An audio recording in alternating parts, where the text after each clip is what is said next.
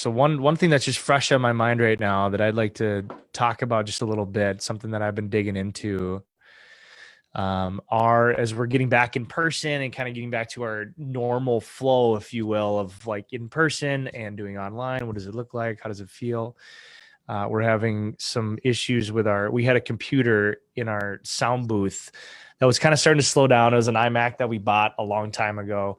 And it was super powerful when we got it, but every week we do ProPresenter on it. For a while, it was kind of my video editing machine. I was using that computer to do a lot of that because it was just the fastest Mac that we had at the time. So it was kind of starting to slow down before COVID. Well, then we came back, back into worship again and found that, and I was like, oh yeah, this computer had been slowing down that whole time. And we were just using it to record. And so it wasn't quite as bad. But now we're using it, full force every week again and noticed that it was slowing down. So I went through the process of getting approval to purchase a new iMac.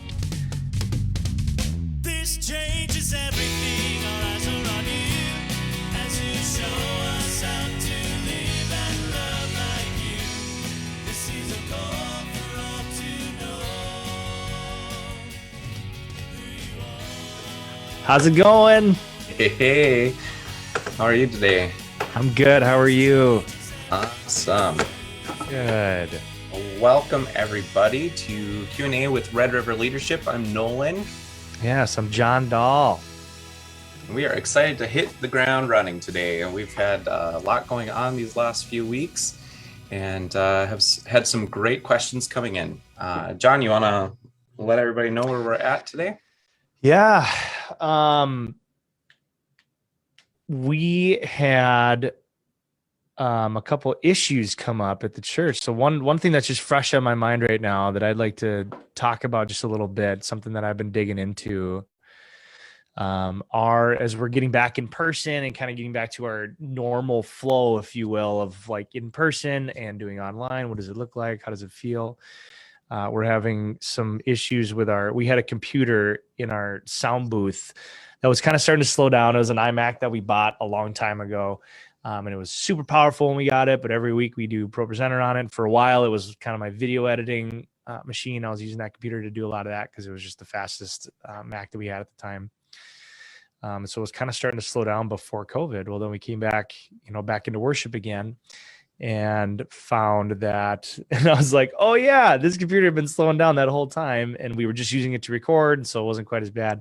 But now we're using it, full force every week again and noticed that it was slowing down. So I went through the process of getting approval to purchase a new iMac. And just kind of through that process of digging in, looking at the different levels of iMacs, the M1, the brand new M1, the silicon processor that Apple just put out versus Intel, which is what iMac had been using, Apple had been using all the way up until this point. They just came out their new system this last year. But doing the research and digging in and kind of going, all right, how do they stack up? Which is the right computer to get?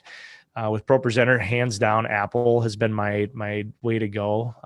You can definitely custom build a PC to do very well with ProPresenter as well, but I would not just get an out-of-the-box PC laptop and expect it to run ProPresenter well.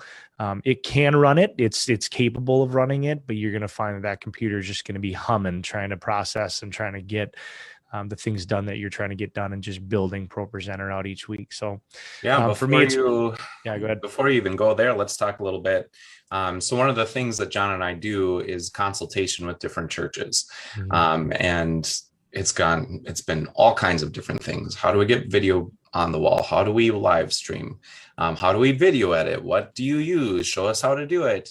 And I can't tell you how many times over all the different times that we've done these consults with different churches that they're like, yeah, we got this great computer. Our friends, neighbors, sister-in-laws, half brother, uncle's mother told us that this was a good way to do it.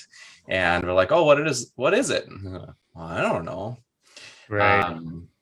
And just because it has the Dell name on it, or even, I would say for the most part, Apple should be able to handle what you're doing, but I've not always been an Apple guy, just that they get rid of their stuff. They don't really sell low end things. So So at the minimum, you're getting higher processing and even at their low end. But it just, where was I going with that?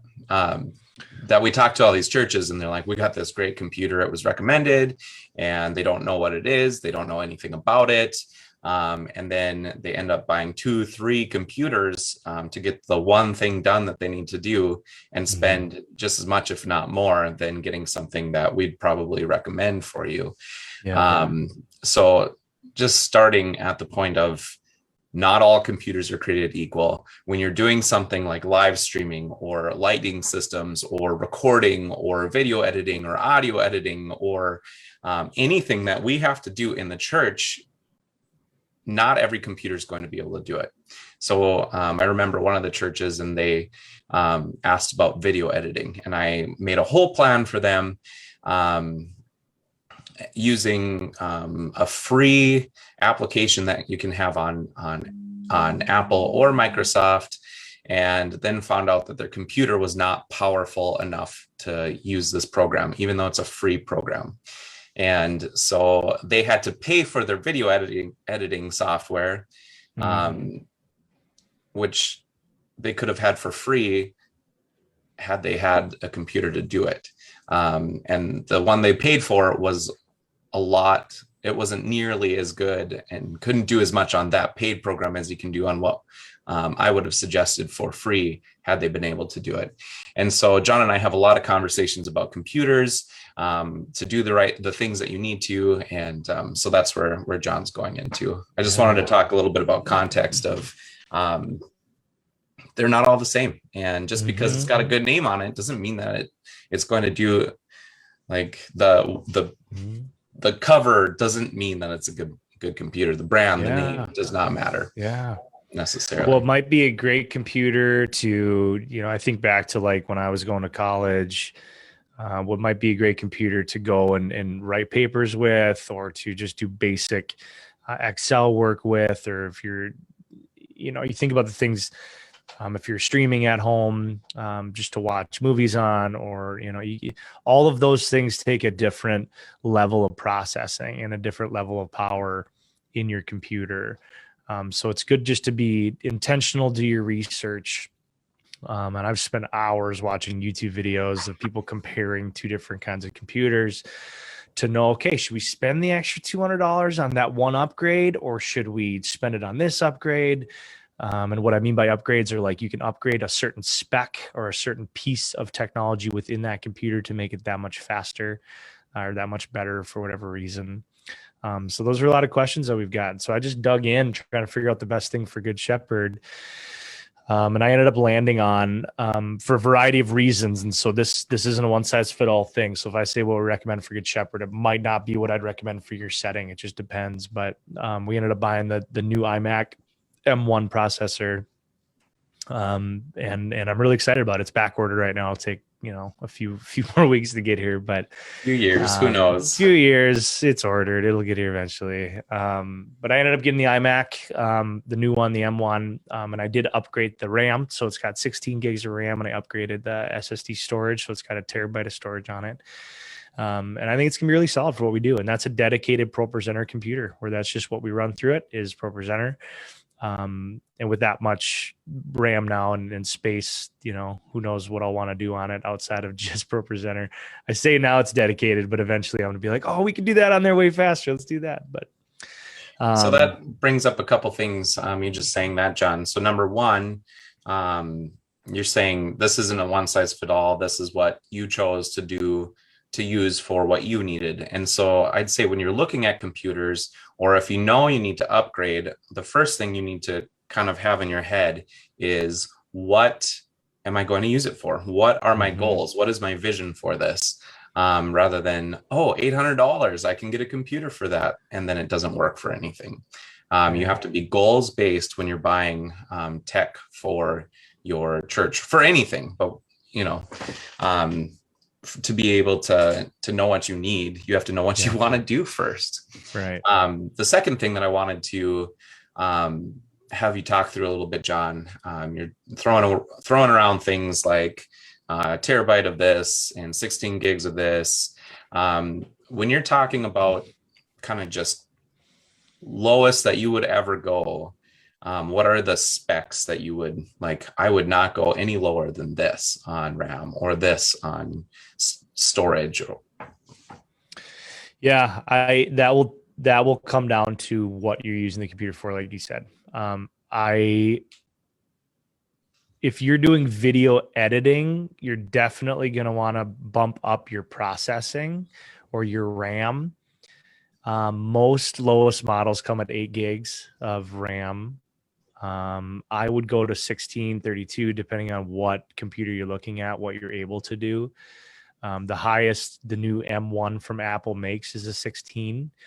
3 or 4 months down the road, though, they're coming out with the iMac X, I think they're calling it, which is going to have a lot more of the M1. So it always comes down to, all right, are you going to do heavy video editing with it? And when I say that, it's not one video a month in iMovie. It's not, if you're weekly editing videos and needing to import and export gigs of content and video, I would definitely be upgrading. If it's a dedicated ProPresenter computer, from what I've read, the new M1 8 gigs would be plenty. First place I'd always look, if you're running whatever program you're planning on running, if it's a video editing software or if it's ProPresenter, I would always go to that software's website, look for their minimum requirements, because they'll have a nice detailed page on, you need at least this, at least this of this, at least this of this. You can start checking off the boxes of, okay, I know I need at least 8 gigs of RAM. I know I need at least, 500 gigs of space on the computer. I need whatever it is. Look at your minimum requirements first, depending on what programs you're going to run, and then build out your plan from there. Does that make sense? Mm-hmm. Yeah. And you don't even, it's a simple Google search.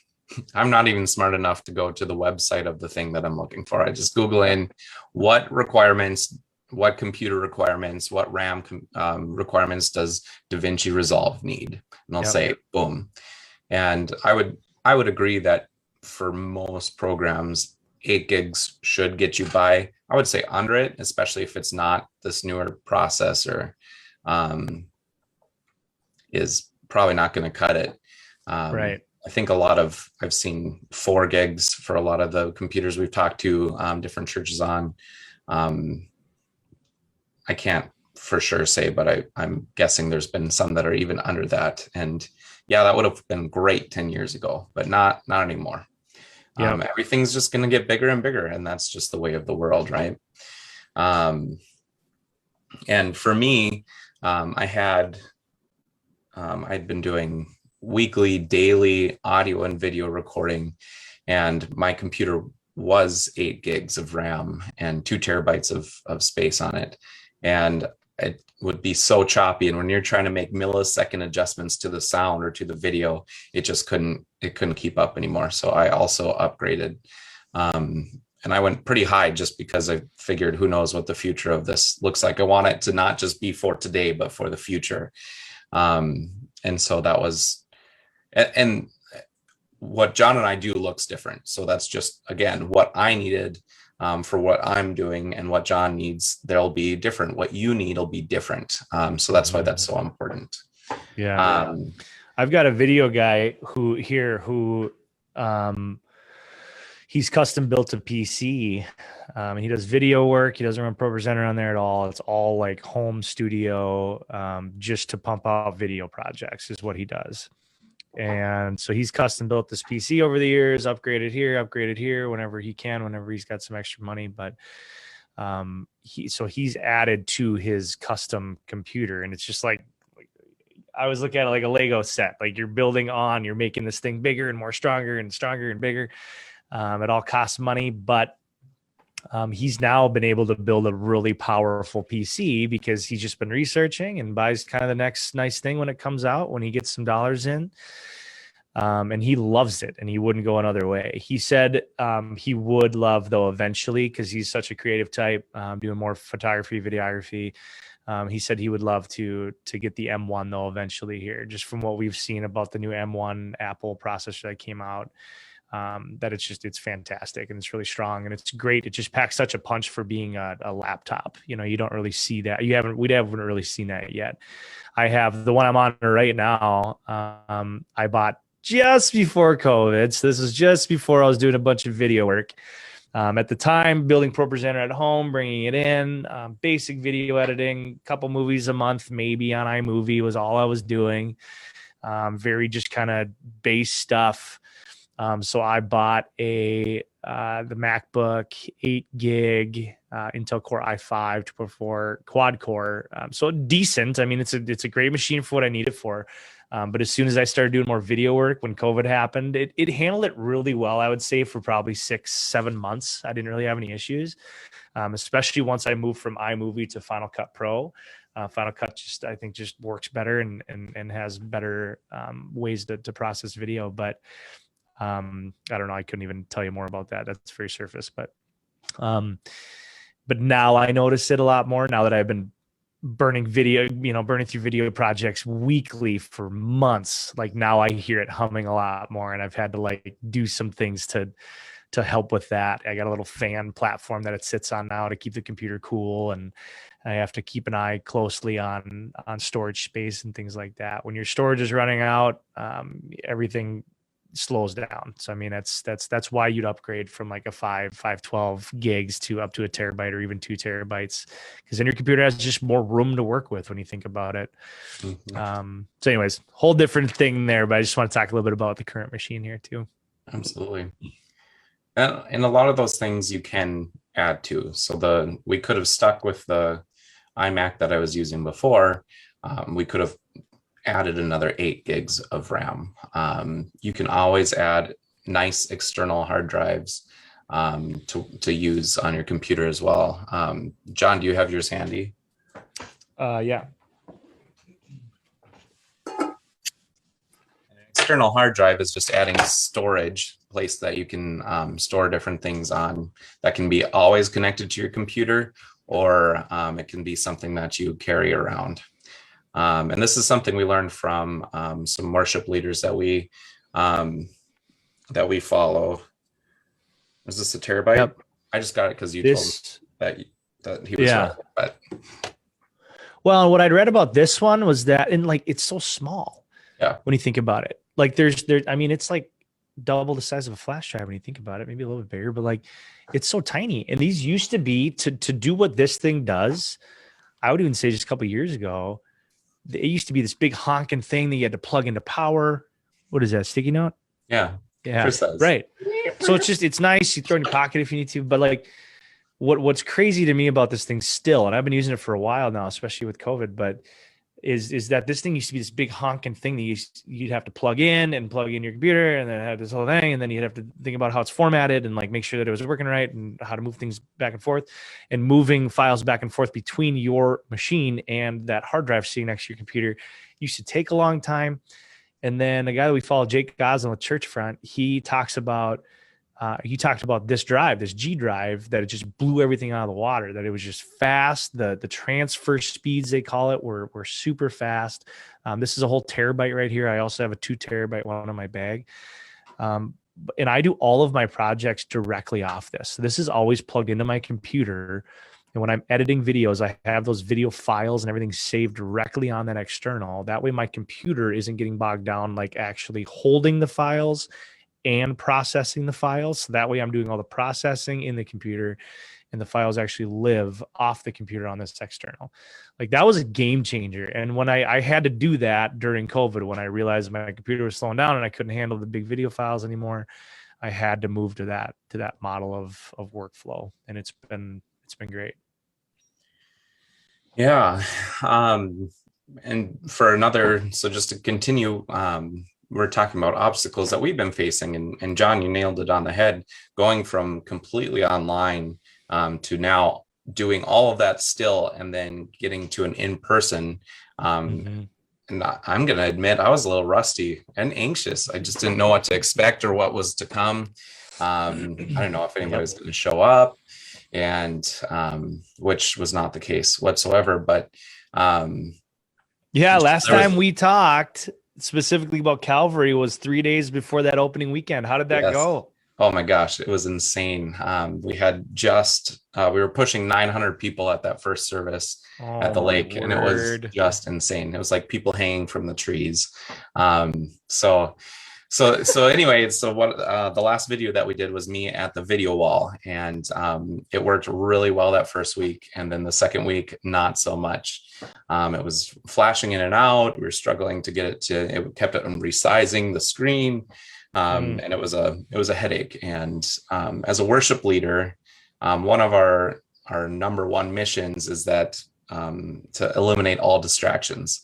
And it was super distracting. I'm sure it was for them, and for me, I just couldn't be present. And it's so hard to speak life into people and sing when things are going wrong, because I'm thinking about what's going on here, and then I make a mistake, and then I'm thinking about that thing that's going wrong and the mistake I made, and it's just a train wreck, right? And it's just not enjoyable, and so it was a little bit frustrating. So the next week we ended up going from the iMac that I was just talking about to a laptop, and the reason we went to this laptop was to see if it had to do with connections. The laptop that we used had a direct HDMI out and an optical port. So we could go direct from the computer to the screen, to the LED wall and the confidence monitor, versus the iMac, which we went USB-C into HDMI. So it has to kind of change formats almost. And that worked. However, the only laptop that we had was such a low processing level that it couldn't do the fun backgrounds. And so it didn't flash, it didn't cut down, we didn't have those problems, but it was just a black screen with the text underneath it or behind us, which is great because it did solve that problem. It just was kind of wah wah for having this 13 by 6 foot wall, and it was just words, you know.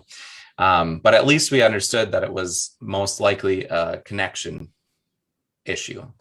And so then I was kind of looking at what we had, and we had all these off-brand dongles. So the USB-C, which is the small out. That's USB-C, or Thunderbolt 2.0. Is that right? Something like that. I didn't see it. Sorry, I was trying to. The USB-C isn't it the same?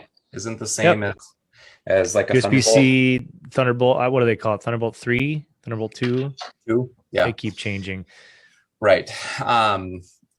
So going from there to the HDMI, the connector that we used were random off-brand ones, because, like I was talking about computers earlier, it's not super technical in my mind, so I'd much rather pay $20-$30 instead of $60, $70, $80, $90, $100. But I was having those troubles, so we ended up buying 2 Apple connectors, dongles, and then I went back and checked it, and I had 0 issues. So that is my best guess, and it's been working since. So we had worship last Sunday with it, and it worked. And then we had a worship out at Luther Crest for their staff, which was amazing, by the way. And we used that, and we had no problems again. So I'm very excited about that. It's so nice to not have to worry about that. Another issue could have been the heat. The Apple machines don't have the fans in them like others do. And that one day that we had all the troubles, it was 100 degrees out. So it could be that, especially in sunlight.